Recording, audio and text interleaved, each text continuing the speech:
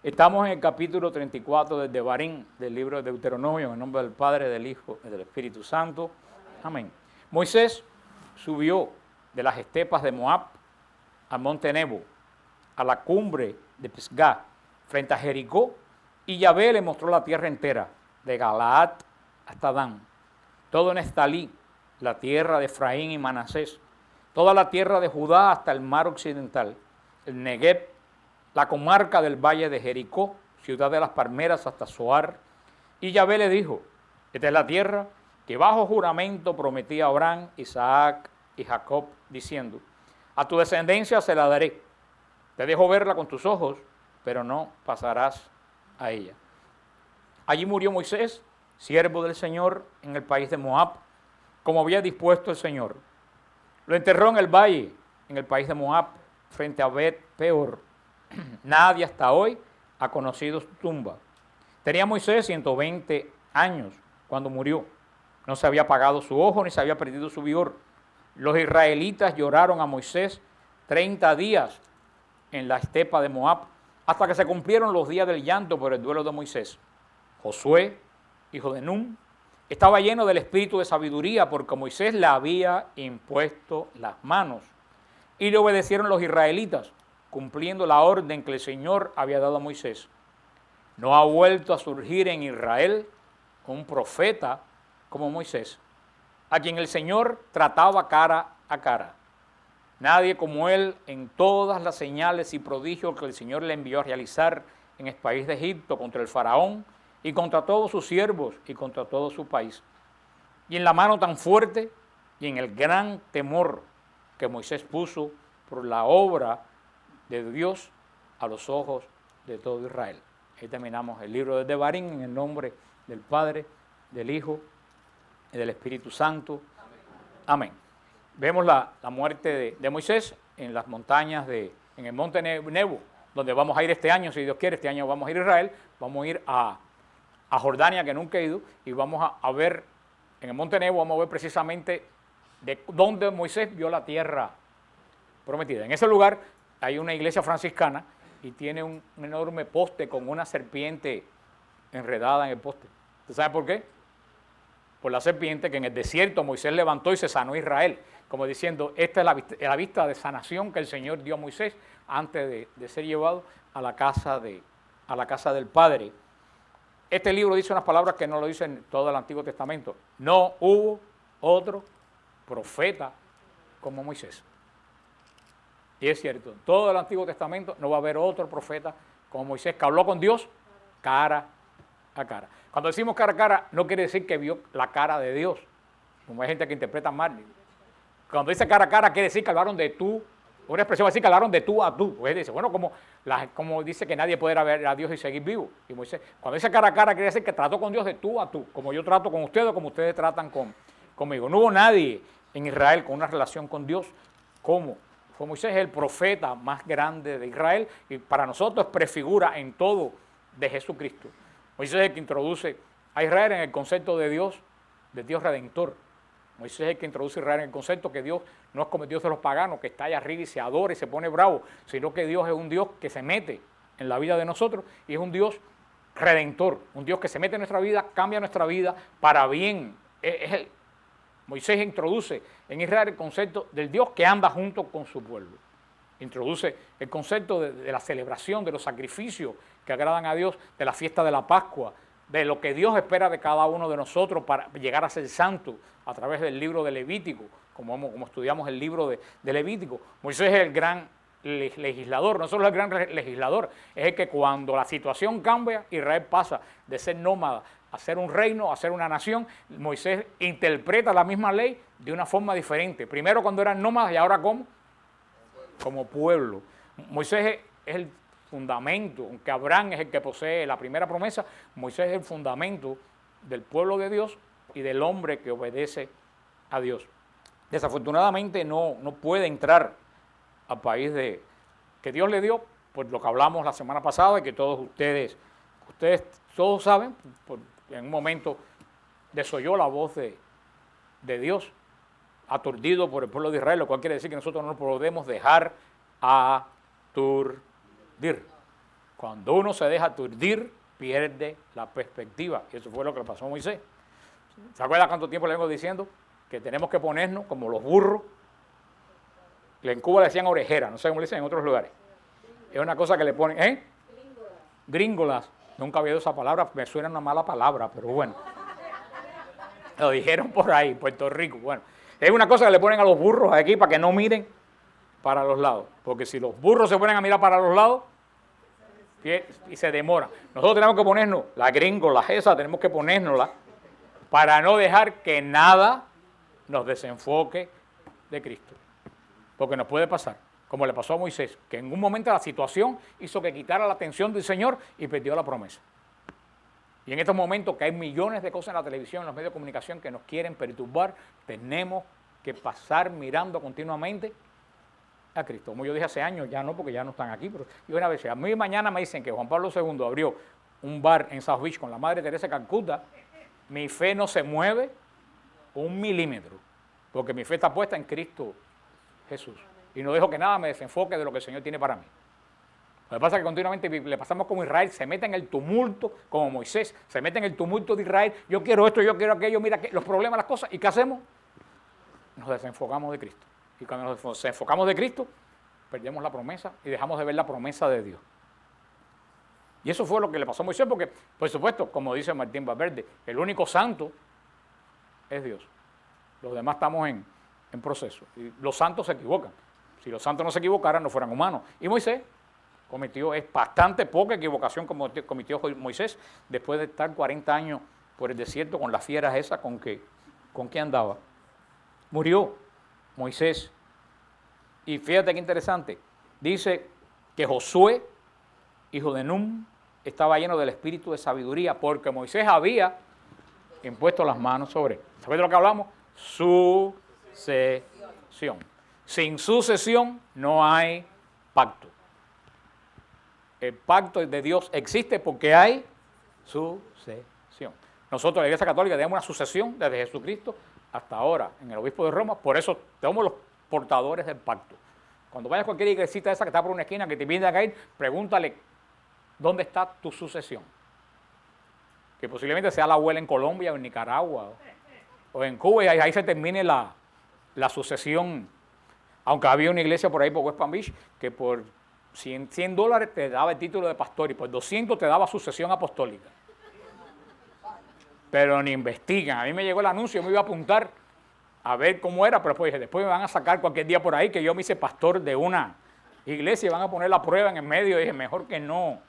¿Se acuerdan? Ahí fue donde la señora hizo pastora de gato. ¿Se acuerdan? ¿No se acuerdan eso? De una televisión que esta señora mandó el nombre del gato y todo, y le dieron el certificado de pastora gato. Eso fue hace como 4 años, salió en toda la televisión.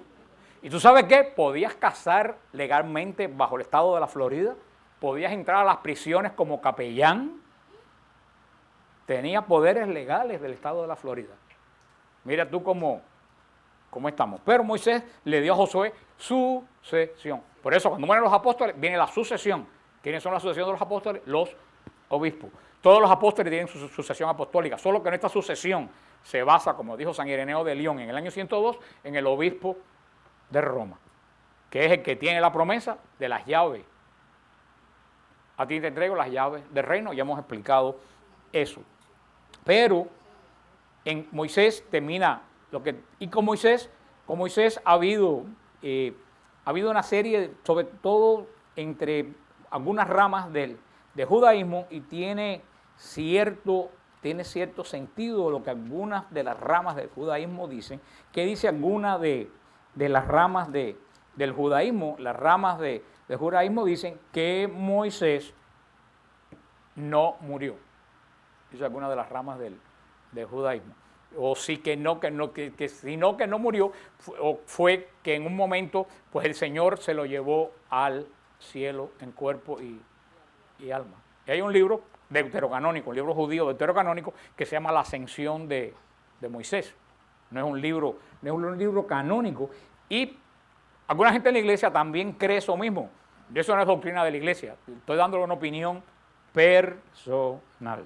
¿De quién es la opinión que estoy dando?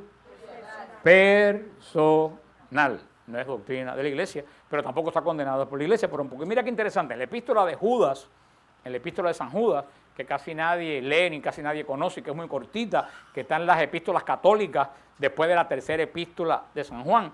En la epístola de Judas, que tiene un solo capítulo, es muy chiquita, dice en el versículo 8, igualmente estos, a pesar de todo alucinado de sus delirios, manchan la carne, desprecian al señorío e injurian a la gloria. En cambio, el arcángel Miguel, cuando altercaba con el diablo disputándose el cuerpo de Moisés, no se atrevió a pronunciar contra él juicio injurioso, sino que dijo que te castigue el Señor. Pero estos injurian lo que ignoran y se corrompen en cosas que como animales irracionales conocen por instinto. Está hablando Judas aquí, del apóstol Judas Tadeo, está hablando de todas estas personas que continuamente están hablando mal de las otras personas. Pero inclusive están algunos que blasfeman también de Dios con su vida y con su actitud. Y hablando de eso, dice, fíjate que el arcángel Miguel no se atrevió a pronunciar el juicio injurioso contra Satanás. No le insultó, le dijo, sinvergüenza. ¿Qué fue lo que le dijo? Que el Señor te reprenda, te castigue. Pero hoy lo interesante es cuando Satanás se disputaba con San Miguel Arcángel, ¿qué cosa? El cuerpo de Moisés. Eso son algo muy interesante. ¿Por qué Satanás quería el cuerpo de Moisés si estaba enterrado? ¿Y por qué San Miguel Arcángel defendía el cuerpo de Moisés si estaba enterrado en un lugar que nadie lo conocía? Entonces, Israel, algunos protestantes dicen, no, para que no le dieran culto al cuerpo de Moisés. Absurdo y tonto, si nadie sabía dónde estaba, porque nadie vio morir a Moisés. A Moisés lo vieron subir y ya. Entonces hay algunas personas que dicen que precisamente San Miguel y Satanás disputaron el cuerpo de Moisés, porque Moisés de una forma que no sabemos, o resucitó, o fue llevado al cielo en cuerpo y alma. Y Satanás no quería que eso sucediera, y San Miguel fue quien lo defendió y lo llevó a donde el Señor lo tenía destinado. ¿Y qué otra cosa nos da un dato sobre pensar que Moisés tiene un papel importante? La transfiguración. En la transfiguración, Jesús está hablando con dos personajes, Elías y Moisés. ¿Cuál es la característica de Elías? No murió. Elías fue llevado al cielo en cuerpo y alma, y está hablando. Es muy raro que Jesús hable con una persona y con un espíritu. Si no está hablando con otro patriarca, con otro profeta, está hablando con Elías que no murió, y con Moisés, que este dato nos da Judas, lo más seguro es que Moisés como Elías haya sido llevado al cielo en cuerpo y alma. Y estaban los dos hablando con Jesús de lo que iba a suceder Tenemos que ver que esto es un libro que está escrito hace 4000 y pico de años. Y la parte del Deuteronomio lo escribió Moisés, pero otra parte, por supuesto, Moisés no escribió cuando lo enterraron. Esto lo escribieron de lo que oyeron, de los que los antiguos dijeron. Pues alguien diría, está enterrado, y otro pues entendió lo enterraron. No sabemos en 4000 años qué cosa puede. Pero el punto principal es que Moisés sube a Monte Nebo. Nadie sube con él. Y no se vuelve a saber más de él. No se sabe la tumba. No sabemos si los mismos ángeles a lo mejor lo enterraron. No tenemos la menor idea. Pero el asunto es que Moisés sigue en la misma pauta de Jesús. Asciende también, como es prefigura de Jesús. Llega un momento que asciende y también pues nadie lo vuelve a ver otra vez. Y Judas nos da este dato tan curioso que nadie lo menciona. Y la epístola de San Judas es palabra de Dios también. No porque escribió menos santo que lo que escribió San Pablo. Es la misma categoría de palabra de Dios que el Evangelio. Y dice que el arcángel Miguel disputa con el diablo por el cuerpo de Moisés. Y después Moisés aparece en la transfiguración con otro personaje que sube al cielo en cuerpo y alma. O sea que hay muchos datos, por lo menos una opinión mía personal. Hay muchos datos y el Apocalipsis dice que al final de los tiempos van a haber dos olivos, dos personas que van a dar testimonio de Dios al final de los tiempos. Mucha gente dice que es Moisés y Elías, y que por eso están en la transfiguración, porque Jesús no habla con espíritu. Eso sería un poco raro que Jesús estuviera hablando con dos espíritus, y sabemos que Elías no era espíritu. También es raro que Jesús hable con un espíritu y con una persona. No es bíblico, no es. Y están hablando como tres personas, como tres cuerpos, tres seres que están físicamente, están hablando de lo que va a pasar cuando tú bajes, lo que va a suceder allí. Son gente que están sabiendo. Elías, que representa a los profetas, Moisés, que representa a a la ley. Eso es una opinión mía personal, yo creo, y de algunos también santos y teólogos de la iglesia, y no solo también de santos y teólogos de la iglesia, sino también es opinión de algunas ramas del judaísmo, que también piensan esto, piensan que es muy raro. A Aarón todo el mundo lo vio enterrar, a Abraham todos lo enterraron sus hijos Ismael, Isaac, y sabemos dónde está la tumba de Abraham. Está en la tumba donde está enterrado Isaac, está enterrado Abraham, está enterrado Jacob, están las matriarcas en Hebrón, en la cueva de Macpequelá, están enterrados, está la tumba de Raquel, en Belén, están todas las tumbas, y sin embargo de Moisés, el hombre más grande de Israel, no hay rastro absolutamente. Está la tumba del rey David, está la tumba de Absalón. Tú vas a Israel y ves las tumbas de toda esa gente. Es muy raro que el gran legislador de Israel suba una montaña y después baje a otra montaña a hablar con Cristo y no se sepa absolutamente nada de él. Que no le dieran veneración al cuerpo, eso es absurdo, porque cuando Israel se fue de Egipto, se llevó el cuerpo de ¿quién se acuerdan? De José. Se llevó el cuerpo. Vaya, si no querían que diera veneración, ¿para qué se llevaron el cuerpo del patriarca José? Lo hubieran dejado en Egipto. Sin embargo, se llevaron el cuerpo del patriarca José, que también está en Hebrón, enterrado. Moisés murió en el desierto y fue sepultado, según dice Deuteronomio, en Moab. Pero, como les dije, todas son las cosas que más tarde pues se cree. Algunas personas piensan que fue disputado y llevado al cielo. El demonio, porque no le perdonaba la obra que Moisés había hecho, San Miguel Arcángel, que fíjate que desde esa época ya San Miguel Arcángel está dando batalla contra el demonio, antes que comenzara la historia del pueblo de Israel. Pudiéramos ver, físicamente Moisés tuvo 6 ascensiones en su vida, 6 ascensiones a lo alto, a montes, ¿no? La primera ascensión fue cuando Moisés subió para estar con el Señor y le dijo, así le dirás a los hijos de Israel.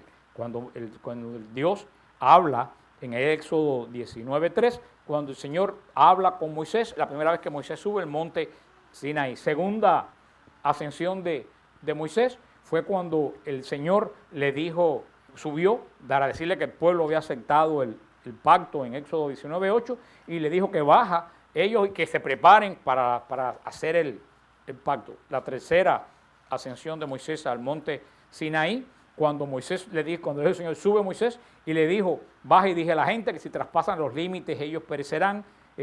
Volvió Moisés a cuarta ascensión de nuevo de Moisés al monte Sinaí en Éxodo 24, cuando el Señor le dijo a Moisés que suba con Nadab y Abiú, ¿se acuerdan? Y los 70 ancianos, y que los 70 ancianos se quedaron a la mitad del monte, que adoren, y solo Moisés subiera y hablara con el Señor. La quinta ascensión de Moisés, cuando Moisés subió de nuevo al Sinaí, ¿para qué? Para pedir perdón por los pecados del becerro de oro a Israel. ¿Se acuerdan cuando le dijo, acuérdate de tu pacto con Abraham, Isaac y Jacob? La sexta ascensión, Moisés, fue cuando de nuevo el Señor le dio las nuevas tablas de la ley y volvió a subir la montaña y volvió a bajar con la montaña. Y curiosamente, la séptima ascensión es cuando sube al monte Moab y ya sube y ya no lo vemos más. O sea que Moisés ha tenido 7 ascensiones. Y se recuerdan, 7, que recuerdan cuál es la misma raíz, quién tiene la misma raíz en hebreo de que 7, pacto. 7 es la misma raíz de pacto. Quiere decir lo mismo. Cada vez que ven el número 7, recuerda el pacto de Dios. ¿Quién hizo el pacto de Dios? ¿Quién hizo el pacto de Dios con Israel? Moisés. 7 ascensiones. Lo cual quiere decir que cuando tú tienes un pacto con Dios y tú quieres hablar con Dios, tú siempre tienes que ascender. Tienes que ascender. Si tú no asciendes en el pacto de Dios, si te quedas en tierra llana, casi nunca vas a ver el rostro de Dios. Moisés cada vez que subía tenía una ascensión. ¿Qué es lo que veía? El rostro de Dios. Y el Señor nos llama también a nosotros para poder estar en el pacto de Dios a subir, ya no, a lo mejor no físicamente, pero subir espiritualmente. Esta cuaresma también es un llamado a que nosotros tenemos que ascender, tenemos que subir. No nos podemos quedar en el llano. ¿Qué cosa siempre lo que hay qué es lo que siempre hay en el llano? En el llano es bulla, están los negocios, están los pueblos, están las carreteras, están la gente de aquí para allá. Sin embargo, mientras más alto tú subes en la montaña, te encuentras menos gente, por supuesto que no te encuentras negocio, por supuesto que no te encuentras carretera. Y los que han subido montaña, ¿cuántos que han subido montaña alguna vez en la vida? Yo he subido. Los demás no saben lo que se han perdido. Pues si no has subido a la montaña, ve este año para que subamos a Moab con nosotros a la montaña. O los que subieron el Sinaí la última vez. Y una de las características de la montaña es que según tú vas subiendo, vas oyendo más silencio. Vas oyendo que el ruido se va quedando atrás. Otra característica de la montaña es que mientras más tú subes, hay más fresco. Se respira aire más puro. La vegetación es más hermoso. Y eso es lo que nos tiene que pasar a nosotros espiritualmente. Pero ¿verdad? Hay que subir, y así pasa nuestra vida. Siempre estamos metidos en la bulla. Para tener un encuentro con Dios, tenemos que alejarnos de la bulla. Tenemos que alejarnos de la bulla, tenemos que poner un espacio entre la bulla y nosotros. Y esos son lo que son los retiros espirituales, esos son el tiempo que uno busca para estar con el Señor en el Santísimo. Precisamente eso, salirte de la contaminación, de la bulla, de todas las cosas que te distraen, poder respirar con libertad, aire fresco. Así como tú poco a poco vas entrando en el pacto con Dios. Desafortunadamente muchas personas pues viven continuamente en el llano, viven continuamente en la bulla, viven continuamente en las distracciones. Y el Señor nos habla aquí, Cristo era también como Moisés. Cristo cuando quería orar subía a una montaña y se apartaba de todo el mundo. Por eso todos los santos, como San Juan de la Cruz, y han escrito el canto Ascensión al Monte Carmelo, los pasos de ir apartándose, de ir subiendo espiritual y hasta inclusive psicológicamente de toda la bulla que nos rodea. Y eso es lo que el Papa también nos ha llamado continuamente. Tenemos que subir. Ahora, subir no es fácil, subir cuesta mucho trabajo. Es hermoso, pero cuesta trabajo. Los que subimos al Sinaí, bien lo recuerdan. Bien lo recuerdan ahora la última vez que subimos al Sinaí. Muchos empezaron y pocos llegaron. Unos empezaron y se quedaron en la base. Otros subieron y se quedaron donde estaban los camellos. Otros subieron y se quedaron sentados en una piedra a mitad del camino. Cuando llegamos arriba, de todos los que empezamos a subir, éramos 15 o 20 los que llegamos arriba. Pero tú sabes lo que valió la pena. Yo llegué que ya mis huesos, por poco como Moisés, tengo que abrir un hueco y enterrarme ahí, porque ya mis huesos, yo dije, por eso que Moisés se metió 40 días aquí pensando cómo iba a bajar. De aquí yo me di cuenta que hace 10 años cuando yo subí, y 10 años después, ya había diferencia, pero subí y llegué. Eneida subió y para abajo resbaló y se partió los brazos, pero llegó.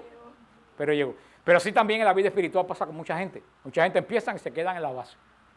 Otras personas hacen un esfuerzo, como con los camellos, se quedan a mitad de la montaña. Otros suben un poquito más y se sientan arriba de una piedra. Y otros llegan a la cima y ven el espectáculo. Y otros después bajan con los huesos partidos como Enelia, pero subieron. Yo siempre se lo dije la otra vez y yo siempre me recuerdo las palabras de Jorgito cuando llegamos allá arriba, que me dijo, valió la pena, esto es un paisaje majestuoso, fue la palabra que usó. Y de verdad que desde la cima del Sinaí es un panorama, uno de los panoramas más majestuosos que yo he visto en mi vida. Si Dios se manifestó, tiene que haberse manifestado ahí. Es como el trono de Dios, la cima del Sinaí, pero da mucho trabajo, uno resbala, uno se cae, uno se ensucia, pero uno llega. Cuando tú llegas, tú dices, valió la pena el esfuerzo que hice. Y así esta vida de oración, de subir, de apartarse de las cosas para llegar a Dios, cuesta trabajo, pero cuando uno llega a la cima, uno sabe que vale la pena. Es el libro que escribió San Juan Climaco, que ustedes deberían leer, que es La Escala Espiritual. Como San Juan, le pueden encontrar en el internet, La Escala Espiritual, con San Juan Climaco. Yo di un retiro, ¿está en la página, Jorge, o no? Está en la página del siglo, este retiro que yo di sobre San Juan Climaco. ¿Qué hice yo? Yo cogí, San Juan Climaco escribió este libro para los monjes del siglo IV.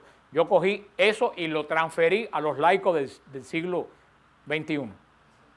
Redujo unos cuantos escalones porque los otros escalones eran para los monjes. pero dije cómo se aplica a nosotros, porque San Juan Climaco dice que cada escalón va costando trabajo subir. El primer escalón es desligarte de las cosas materiales que te tienen atado, pero así te vas desligando de cosas según tú vas. Y uno de los últimos escalones, ¿tú sabes cuál es uno de los últimos escalones? La impasibilidad. ¿Sabes qué es la impasibilidad? Como decía Santa Teresa, nada te turbe. Según tú vas desprendiéndote de las cosas, llega un momento que nada te quita la paz. Llega un momento que lo que sea tú dices así, pero eso no hace, eso, así va subiendo hasta que llegas a la... Y en el ícono San Juan Climaco tiene a los demonios, que por supuesto cada vez que tú subes un paso, un escalón que hacen los demonios, te alan. Y por eso hay muchos que se van quedando, pues se sientan porque están cansados, se sientan porque no pueden, se sientan porque se les hace difícil, pero eso es, los cambios, esos escalones son los cambios que tenemos que hacer en nuestra vida. Mira, hace tiempo, cuando estábamos allá en la parroquia de San Gil, yo tuve que hablar con una hermana, porque la hermana de verdad que nos estaba haciendo la vida más o menos como Israel a Moisés, y yo le dije, pero con todo el tiempo que tú llegas viniendo aquí, ¿tú sabes lo que me contestó? No, yo vengo a aprender, pero yo no vengo a cambiar. Le dije, pues mira, querida hermana, está perdiendo el tiempo en este lugar, porque aquí yo no doy clase, aquí yo imparto vida. Son dos cosas totalmente diferentes. De nada te vale aprender si tú no quieres cambiar. Nosotros no caminamos por el intelecto, caminamos por la fe. Y la fe es obediencia a aquello que tú conoces y crees. Y de eso Moisés es un ejemplo tremendo. Moisés, desde el principio de toda su vida, fue totalmente obediente al Señor, muchas veces hasta regañadiente. Porque se acuerdan al principio cuánta excusa puso Moisés: yo no sirvo, soy tartamudo, manda a Aarón. ¿Con cuántas excusas dio Moisés? Como todas las excusas que damos nosotros cuando el Señor nos llama. Yo no sirvo, o la más común, yo no soy digno. Yo no soy digno de hacer esto. Todos hemos dicho esa frase. No voy a preguntar quién no ha dicho esa frase, porque ahorita quién no la dijo por ahí, pero bueno. Pero una vez, yo no oigo voces como Santa Juana de Arco. Yo cuando digo que oí, quiere decir dentro de mí, no que estoy oyendo voces por los closets, ni lo que después en Marte se llena esto de gente a oír las voces que yo estoy oyendo. Pero una vez yo pasé por esa tentación y casi siempre cuando uno le dice a Dios que no es digno, ¿tú sabes por qué se lo dice? Para no comprometerse con lo que te está pidiendo. Y yo le dije una vez, Señor, yo no soy digno de esto. ¿Tú sabes lo que me dice el Señor? El digno soy yo, tú obedeces. Y es verdad, el Señor no me llama a ser, no me llama en ese sentido a ser digno. ¿Tú sabes lo que me llama el Señor? A obedecer lo que me está mandando. Lo demás se arregla por el camino. Muchas veces la indignidad es una excusa para no hacer lo que el Señor te está pidiendo. Y también esta enseñanza de Moisés, que es el profeta más grande que ha dado Israel. Mira, fíjate, profeta. ¿Y cuántas cosas futuras dijo Moisés? Ninguna. Ni una sola dijo Moisés de cosas futuras. ¿Por qué Moisés es profeta? Porque habló la palabra que Dios puso en su corazón. Eso es lo que es un profeta. Un profeta no es el que predice el futuro, el que predice el futuro es un adivino. Un profeta es el que dice, por eso la palabra hebrea para profeta es Nabí. Y Nabí en hebreo quiere decir el que saca de lo que ponen adentro. Como el que saca de una cesta, pero que alguien primero puso algo en la cesta. El que saca, el profeta es lo que saca, ¿qué cosa? Lo que Dios le ha puesto adentro. Que puede ser algo para el futuro, pero casi nunca es una cosa futura. Casi siempre el profeta es aquel que transmite la palabra tal como el Señor la pone en tu boca. Por eso dice que el profeta más grande de todo Israel fue Moisés. El profeta, el legislador Moisés, el que guió a Israel, el que sin descanso guió a Israel 40 años por el desierto, hasta que los va a dejar a la entrada de la tierra de la promesa. Y vamos a ver en el libro que comienza, en el libro de Josué, vamos a ver cómo Josué es el... Y eso también nos enseña también algo que yo he aprendido a empujones y golpes, cómo tú no puedes medir lo que tú haces por los resultados. Tú tienes que medir lo que tú haces por la obediencia. Muchas veces uno medimos los resultados por lo que tú estás haciendo. Me explico. Se lo he dicho otra vez. Una vez yo fui a dar un retiro aquí al a Monte Carmelo un domingo sobre la Eucaristía y fueron 3 personas. Y una se puso brava y se fue a mitad de retiro. Me quedé con 2. Otra persona hubiera dicho, fracaso. No, yo di la charla tal como la tenía planeada para 300 personas. Yo no puedo medir el éxito de algo por la gente que fueron. Yo tengo que medir si una sola persona recibió un mensaje, ya es suficiente. Y no lo voy a hacer el cuento jicotea. ¿Cuántos aquí vieron el cuento jicotea? Ay, qué bueno. Tú, lo puedo hacer. Una sola Jicotea es un pueblo que está en la provincia de Camagüey, allá en Cuba, que nosotros por universitario nos mandaban a cortar caña. Estuvimos 6 meses cortando caña en el dichoso, cerca de Jicotea, un pueblecito cerca de Jicotea. Y nosotros nos escapábamos por la noche en Cuaresma, era Cuaresma. Los católicos nos escapábamos por la noche para ir. Muchas veces hacíamos el Vía Crucis por los cañaverales. De verdad, una de las experiencias más hermosas que he tenido en mi vida, hacer Vía Crucis escondido por un cañaveral. El grupo pequeño, 8 o 9 muchachos católicos, que por lo menos que nos conocíamos, y de vez en cuando nos escapábamos misa a Jicotea, no a Jicotea, a Ciego de Ávila, que era el pueblo más grande que había cerca de una ciudad, y una vez el padre de ahí del Ciego de Ávila nos dijo que había otro pueblecito cerquita que se llamaba Jicotea, que él iba los miércoles, pero que ese miércoles no podía ir, que si nosotros podíamos ir y por lo menos orar y dar una charla o algo ahí en la iglesita de Jicotea. Y nosotros pasamos un trabajo para escaparnos del campamento, porque estaba el campamento lleno cerca de alambre de púa y de todo eso. No se crea que en un lugar no se podía salir, era como un campo de concentración. Tuvimos que ir al baño no, lo que le decían baño, una zanja que estaba en el fondo, quitarnos la ropa, tirar la ropa, porque muchos muchachos en vez de ir al baño iban a las matas que estaban del lado de allá, para si nos agarraban decir que habíamos ido al baño a las matas, tirar la ropa para las matas, arrastrarnos por abajo de la cerca, vestirnos, caminar una pila de kilómetros pidiendo botellas. Bueno, por fin llegamos a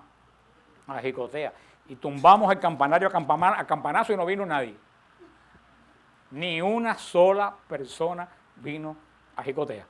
Ni un jicoteense vino y salimos de ahí como San Pablo, nos sacudimos el polvo de los pies a la salida de Jicotea y pedimos como los cebedeos que cayera fuego del cielo, consumiera a Jicotea. Y cuando veníamos en regreso, allá en Cuba hay una cosa que decían el cascal, que era como un trencito, era un vagón nada más y el vagón se movía solo, más o menos como lo que hay en el downtown, que aquí lo inventaron ahora y eso en Cuba le decían cascal, y un solo vagón que tenía motor propio y iba. No era eso, Hugo, nosotros ya habíamos adelantado algo de la cosa de esa. Y estábamos hablando con un muchacho, venía un muchacho que nos preguntó, bueno, estábamos vestidos de gente que cuenta caña, que si éramos jóvenes comunistas, le dijimos que no, que nosotros éramos católicos, y nos preguntó qué era eso, que eso estaba pasado de moda, que eso fue en 78, 79, eso estaba pasado de moda, que como es católico, y nosotros le explicamos más o menos en qué. Y llegó un momento de bajarnos, y nos bajamos y caminamos todos los kilómetros, y llegamos, y a mí se me olvidó para toda la vida. Y un poco antes de venir para acá fuimos a un encuentro de pastoral juvenil en el Cobre, y estábamos allí, y viene este muchacho, ha pasado 3 o 4 años, y este muchacho me dijo, ay, ¿cómo tú estás? Y como yo soy tan despistado, por supuesto no tenía la menor idea de quién era. Y le dije lo que le digo siempre a las personas, que yo no sé quién es, cómo están por allá, a ver si me dan algún dato, ¿no? Para yo saber quiénes son. Me dijo, Frank, ¿qué tal? ¿Cómo están por allá? Me dice, en Jicotea estamos de lo más bien, digo yo. Digo, no me mientes a mí ese pueblo. Ese pueblo, tú sabes que caminamos la noche entera, llegamos al campamento a las 3 de la mañana para cortar caña a las 5 de la mañana y no salió nadie, que fue el día de tiempo. Y me dijo, ¿tú no te acuerdas de mí entonces? Le digo, no, pues, si tú eres Jicotea, no, dice, sí. ¿Tú sabes quién soy yo? Yo soy el muchacho que iba hablando con ustedes en el Cascal a esta noche. Y yo me interesé por lo que ustedes me dijeron de la Iglesia y de Cristo, busqué y me hice católico, me bauticé y hoy en día tengo catecismo en Jicotea y tenemos una comunidad. ¿Tú sabes lo que eso me enseñó? Que tú no puedes medir lo que tú haces humanamente por lo que tú ves. Humanamente aquello fue un fracaso. Y cada rato pregunto por Jicotea y me dice que hay tremenda comunidad, que hay coro, que hay catecismo. Pero tú no puedes medir lo que tú haces, tú tienes que sembrar la semilla, como dice el Evangelio, uno es el que siembra, otro es el que recoge. Nosotros queremos sembrar la semilla que crezca y comernos los frutos. Y ahí es cuando vienen las decepciones. Tú no puedes medir la obra de Dios por los resultados que tú ves. Moisés no vio la tierra prometida, Moisés no vio, sin embargo, ¿qué fue lo que fue? Si Moisés va a medir los resultados, por lo que vio, se hubiera decepcionado. Un pueblo de locos quejándose continuamente, renegando, y él ¿cómo? Caminando, caminando, caminando, hasta lo que lo dejó a donde el Señor lo había. Y eso yo lo aprendí, porque si no esto es muy decepcionante, porque tú haces las cosas y tú quieres. Yo he ido a un retiro a New Jersey, a Newark, se me fue el avión para venir de regreso, tuve que dormir en el aeropuerto toda la noche porque no había más avión hasta el otro día por la mañana. ¿Y tú sabes cuántas personas fueron al retiro? 30 y pico de personas. Una persona ha dicho, venir tan lejos, pasar tanto trabajo. No, yo no sé cuántas vidas tocó lo que yo dije.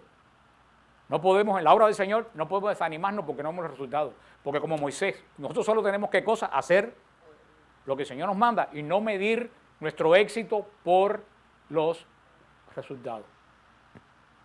Si no, uno va a andar siempre de fracaso y de desánimo. A mí nunca se me olvida un libro que yo una vez leí del, ¿cómo se llama el padre este jesuita viejito que murió, que estaba aquí en la casa de ejercicio Juan Pablo II? El padre Llorente, de un libro del hermano del padre Llorente. El hermano del padre Llorente fue misionero en Alaska, en los años 30 y pico, y escribió un libro espectacular de su experiencia de misionero en Alaska. Y dice que él llegó cuando él llegó a la iglesia en Alaska, a andar en trineo y todo eso, y tocó la campana, vino una beata esquimal que dice que olía bacalao, por de eso que tenía, pero poco rato empezaron a llegar gente, y él preguntó, y esta es una comunidad católica, y dice, no, esta comunidad es reciente, y dice que él dijo, wow, esto debe ser por mi predicación, y le dijeron, pero ¿tú sabes qué? Que usted bautice a las primeras personas, aquí hubo un misionero 20 años y nunca en la vida pudo bautizar ni uno.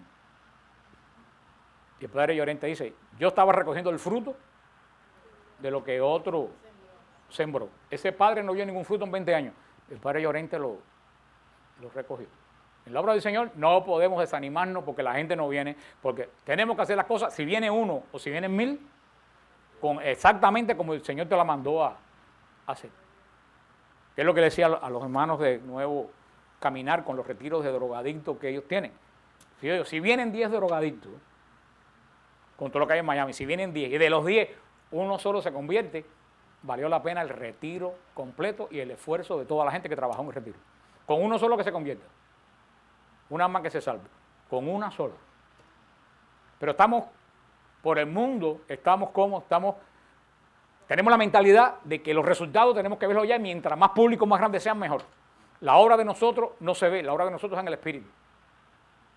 Y eso es lo que nosotros tenemos que, nosotros nunca vamos a saber, yo porque soy una figura pública y la gente me conoce, pero ustedes nunca van a saber una palabra sencilla que le dijeron a cualquiera, qué cambio puede haber hecho en la vida de esa persona. Lo sabrán el día del juicio. Como una vez, yo tengo historia, una vez en Bucaramanga, ahí en Colombia predicando, salió esta loca del medio del grupo, me dio un abrazo, Frank, que Dios te bendiga como yo te quiero. En mi vida había visto yo esa. ¿Qué le dije yo? ¿Cómo están por allá?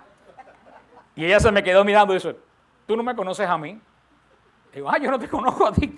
Dice, no, dice, una vez yo estaba de paso por Miami, estábamos en la otra iglesia, y 2 días me llevaron a tu grupo una noche, y cuando se acabó me fui, yo ni siquiera te conocí, pero mi vida cambió. Y hoy estoy aquí en la Renovación Carismática. Pues, San Carlos de Foucault, el fundador de los Hermanitos de Jesús, era un tipo del mundo, un militar, y entró a la Catedral de París, y estaba el arzobispo de París predicando. Se convirtió y es santo. Y el arzobispo se murió y nunca se enteró que había convertido un santo. Un santo. Esa es la obra de nosotros, solo que nosotros tenemos que ver, no medir las cosas como la mide el mundo, por el survey de cuán bien le cae a la gente, cuán mal le cae a la gente, cuánta gente viene o cuánta gente no viene. Nosotros tenemos que hacer como dice el siervo de la parábola, siervo inútil somos. Hemos hecho lo que teníamos que hacer. A cualquier nivel. Y ojalá que este sea el ejemplo de Moisés, que nunca se desanimó. Con el pueblo a rastro, con la gente dando gritos, con la gente bendiciendo. Él, ¿cómo? Caminando. Caminando, como dice Carlos, con eso puesto, mirando para para lo que el Señor le había mandado. Vuelvo a repetir, antes de terminar, hoy en día hay mucha posibilidad que tú en el camino que el Señor te mandó, te empieces a desviar. Por lo que dice la televisión, por aquel dijo, por lo que aquel hizo, por lo que... Hay mucha posibilidad que tú te empieces a desviar. Tenemos que caminar siempre mirando. Y Pablo fue categórico cuando dice Pablo, ¿quién me apartará del amor de Cristo? Ni muerte, ni hambre, ni enfermedad, nada me aparta del amor de Cristo. Esa fidelidad de San Pablo, esa seguridad de San Pablo es la que nosotros tenemos que tener. Ni escándalos en la iglesia, ni escándalos fuera de la iglesia, ni cosas que yo no entiendo me apartan del amor de Cristo. Y no se puede amar a Cristo si no se ama a la iglesia, porque la iglesia es el cuerpo de Cristo. Quien deshonra a la iglesia, deshonra a Cristo. No hay forma de ver a Cristo sin la iglesia. Cristo e iglesia están totalmente ligados. Y la iglesia está unida al pacto. Y el pacto se mantiene a través de ¿qué? De la sucesión. Y nosotros somos la única iglesia que tenemos sucesión. Así que le damos gracias a Dios porque no sé qué tiempo llevamos en estudiar el Deuteronomio, pero creo que fue casi un año, ¿verdad?